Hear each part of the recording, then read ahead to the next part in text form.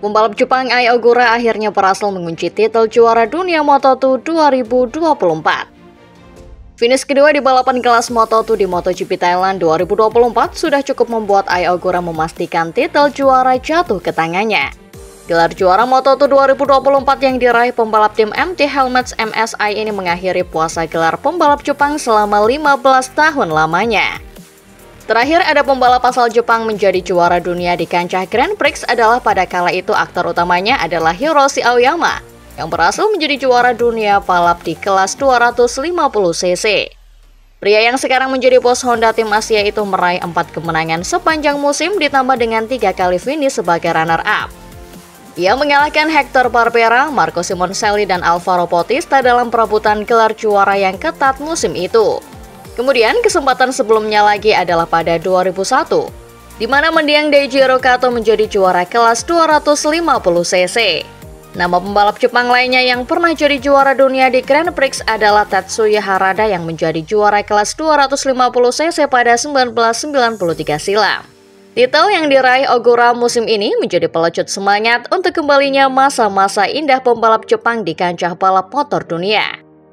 Bagi Ogura, titel ini juga membuatnya semakin mantap memulai debut bersama tim Trackhouse Racing Aprilia di MotoGP 2025 mendatang.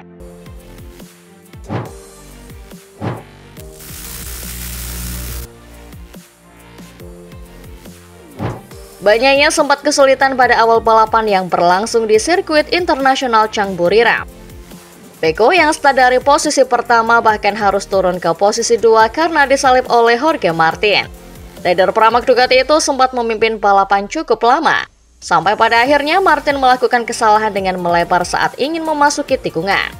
Di situ Bagnaia dengan sigap langsung mengambil alih kembali posisi pertama dan sukses mempertahankannya hingga akhir balapan. Usai balapan, sang juara dunia bertahan mengaku sangat senang bisa meraih kemenangan di MotoGP Thailand 2024. Sebab ini merupakan hasil yang penting untuk menjaga asa merebut gelar juara. Lebih lanjut, pria asal Italia itu mendedikasikan kemenangan ini untuk timnya Ducati Lenovo, sebab mereka telah bekerja keras sepanjang hari sebelum balapan dimulai. Kemenangan yang diraih Bagnaia ini sekaligus membuat Ducati Lenovo keluar sebagai juara dunia MotoGP 2024 di kategori tim. Dengan 2 seri balapan tersisa, mereka memuncaki klasemen tim dengan koleksi 781 poin dan tak mungkin dikejar Pramac yang tertinggal 173 angka.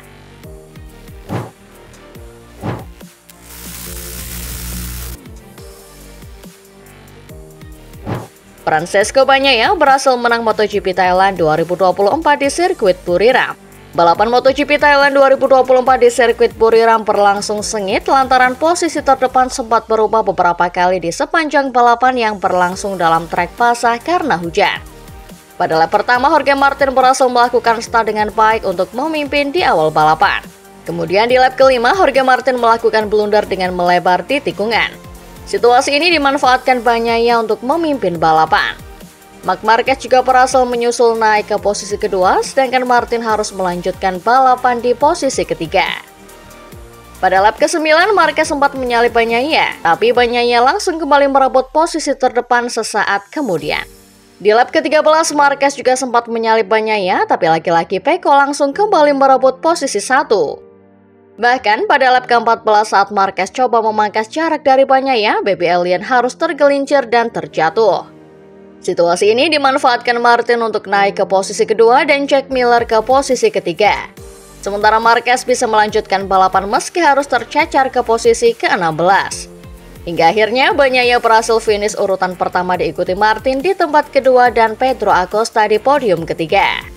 Usai finish di MotoGP Thailand 2024, tampak Martin menghampiri Bagnaia. Kemudian Martin menepuk-nepuk motor Bagnaia dan mengangkat jempolnya untuk Pecco. Persaingan perebutan gelar juara dunia MotoGP 2024 semakin panas antara Martin dan Bagnaia. Balapan selanjutnya akan berlangsung di Malaysia dan Valencia.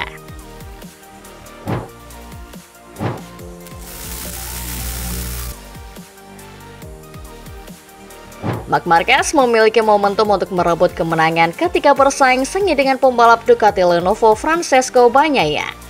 Aksi salib menyalip bahkan sempat terjadi antara kedua pembalap yang akan menjadi rekan setim musim depan. Namun Marquez terjatuh setelah terlalu menekan untuk menyalip banyaknya pada balapan yang digelar di sirkuit Buriram. Marquez masih bisa bangkit untuk kembali melanjutkan balapan. Pada akhirnya, posisi ke-11 menjadi hasil akhir yang harus puas diterima oleh pembalap asal Cervera Spanyol itu. Dalam kebangkitannya, Marquez sebenarnya mendapatkan hukuman turun satu posisi karena mengganggu balapan pembalap Repsol Honda Joan Mir. Marquez melakukan manuver yang terlalu agresif saat menyalip hingga terlibat kontak dengan mantan rekan setimnya itu. Marquez sampai mendorong Mir hingga keluar lintasan. Meski begitu, Marquez tak banyak berkomentar soal insiden tersebut. Dia justru mempersilahkan media bertanya kepada Mir agar menjelaskan apa yang sebenarnya terjadi.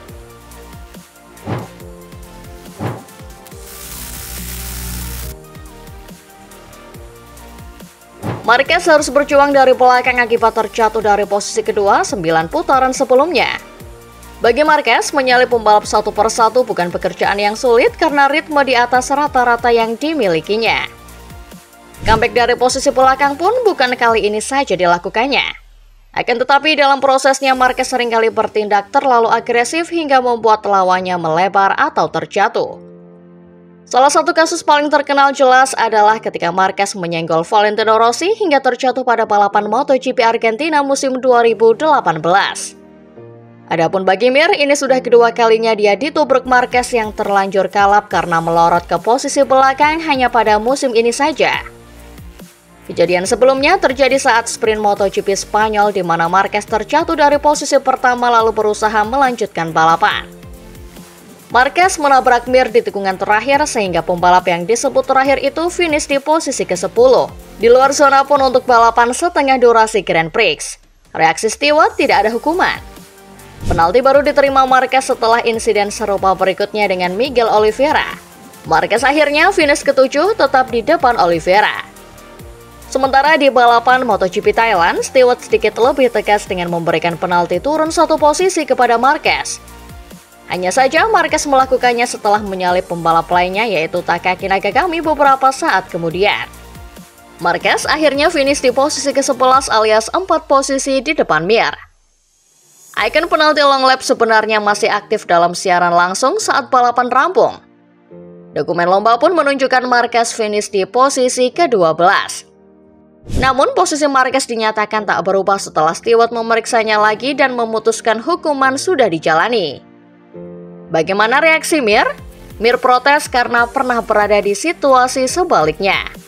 Dalam sprint MotoGP Portugal 2023, Mir menerima penalti long lap karena menyenggol Fabio Quartararo Monster Energy Yamaha hingga El Diablo turun posisinya.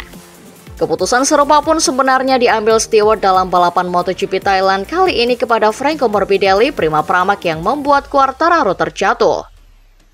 Bagi Mir, tidak ada alasan untuk memberi penalti yang lebih ringan.